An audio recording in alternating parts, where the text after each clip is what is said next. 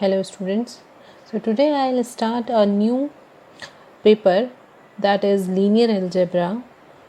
So first of all we see the definition or what deals the linear algebra. So linear algebra is basically a fundamental in modern presentation of geometry such as line, planes and rotations.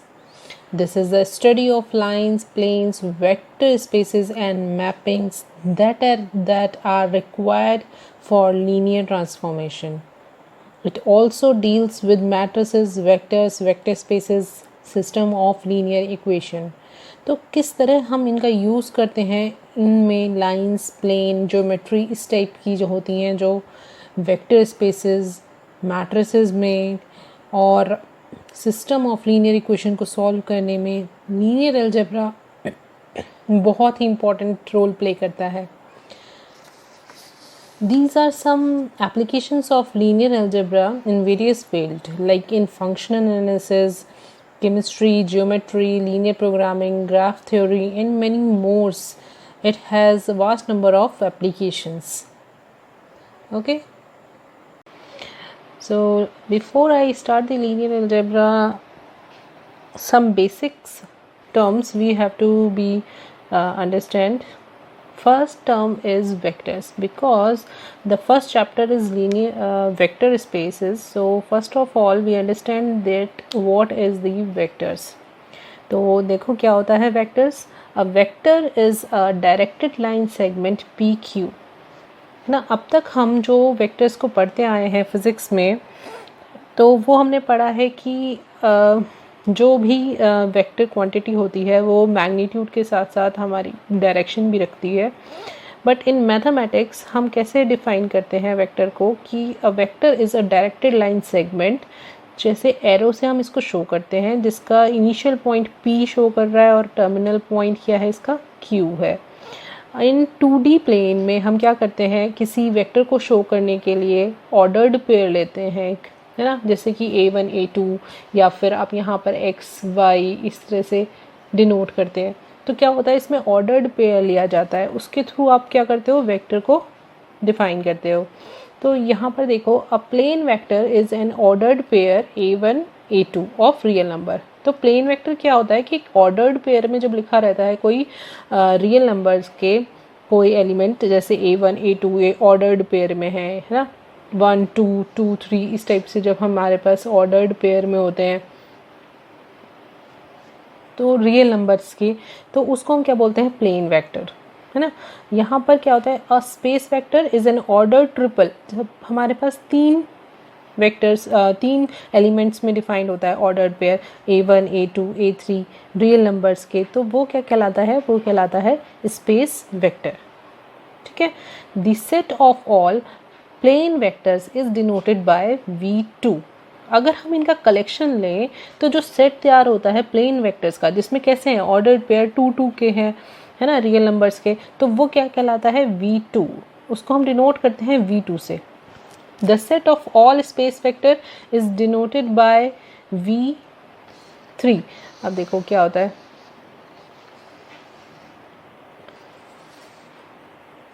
जो हमारे पास set of all plane vectors हैं वो हमने V2 से denote किया. The set of all space vector is denoted by V3. V2 is basically, V2 है क्या, V2 ये हुआ Cartesian product of R cross R का, और V3 क्या हुआ, R cross R cross equal to, जिसको हम R क्यूब भी बोल सकते हैं. तो जब हम वेक्टर स्पेसेस पढ़ेंगे तो हम ये देख रहे हैं कि अगर 2 डायमेंशन में बात हो रही है तो इसका मतलब है कि R क्रॉस R को रिप्रेजेंट कर रहा है, वो V3 रिप्रेजेंट कर रहा है R क्रॉस R, मतलब 3 डायमेंशन की बात हो रही है. तो इस तरह से जब डायमेंशन को हम रिप्रेजेंट कर रहे हैं, मतलब तो R हैज़ 1 डायमेंशन, तो सिर्फ एक वेक्टर की बात हो रही है. R स्क्वायर हैज़ डायमेंशन 2, तो 2D प्लेन की बात हो रही है. R क्यूब हैज़ डायमेंशन 3, तो जो स्पेस बन रही है वो कैसी आ रही है, 3 डायमेंशन स्पेस आ रही है. तो इसी तरह अगर हम इसको एक्सटेंड करें तो कहाँ तक जा सकता है, R⁴n. इसका मतलब जो वेक्टर स्पेस तैयार होगी वो क्या होगी, Vn, जो कि ऑर्डर्ड पेयर में ही मिलेंगे जिसमें एलिमेंट्स. ठीक है. तो देखो, जैसे कि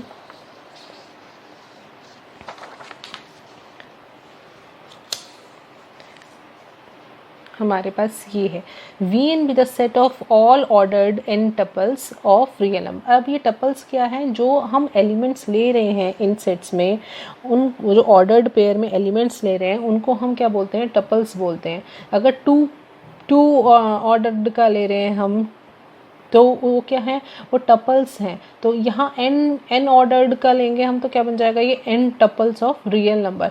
तो अगर Vn रिप्रेजेंट कैसे करेगा, x1 x2 up to xn, इस तरह के एलिमेंट्स हैं इसमें ऑर्डर्ड पेयर में जो n तक है, जहाँ पर ये कैसे हैं, रियल नंबर्स है। ठीक है, तो अगर हम दो एलिमेंट्स लें v u और v, तो किस तरह के होंगे, n टपल फॉर्म के होंगे। अगर ये कहाँ से ले रहे हैं हम, Vn में से ले रहे हैं।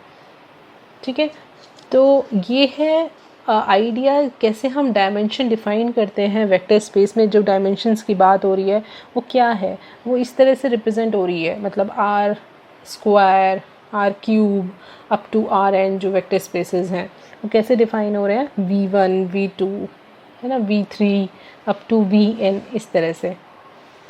और कुछ चीज़ें हम जानेंगे कि एक टर्म आएगी इंटरनल कंपोजिशन क्या होता है और एक्सटर्नल कंपोजिशन क्या होता है। तो सबसे पहले समझो इंटरनल कंपोजिशन क्या कह रहा है।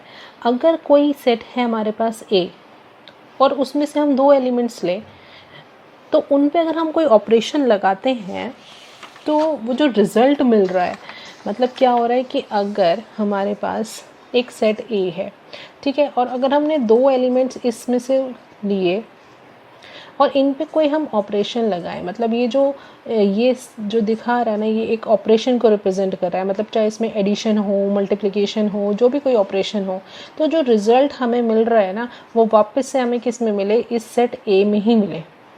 तो ये जो ऑपरेशन है या जो कंपोजिशन है या जो ये मैपिंग है, इसको हम बोलते हैं इंटरनल मैपिंग। इसको हम क्या बोलेंगे, इंटरनल मैपिंग। इसी तरह एक टर्म आएगी एक्सटर्नल कंपोजिशन। एक्सटर्नल कंपोजिशन क्या होती है, देखो, let V and F be any two sets. अगर अब दो सेट्स आ गए हैं, V हैं और F हैं, इफ़ A जो ऑपरेशन लगा रहे हैं, मतलब चाहे वो एडिशन हो, मल्टीप्लिकेशन, कुछ भी जो ऑपरेशन लगा रहे हैं, मल्टीप्लाई बाय या फिर जो भी है, A ऑपरेशन अल्फ़ा बिलोंग कर रहा है, मतलब अब अगर हम ये जो ऑपरेशन लगाएं अल्फ़ा के साथ, वो वापस से हमें V में मिले। मतलब अब क्या हो रहा है, हमारे पास दो सेट्स हैं V और F। एक एलिमेंट हमने यहाँ से उठाया, एक एलिमेंट हमने यहाँ से उठाया। तो यहाँ हमने अल्फ़ा उठाया V में से और F जो है उसमें से A लिया। तो जो इनका ऑपरेशन लग के, चाहे वो एडिशन लगाया, मल्टीप्लिकेशन, जो भी तुमने ऑपरेशन लगाया, सपोज़ करो वो C रिज़ल्ट आया, वो इसमें मिले V में।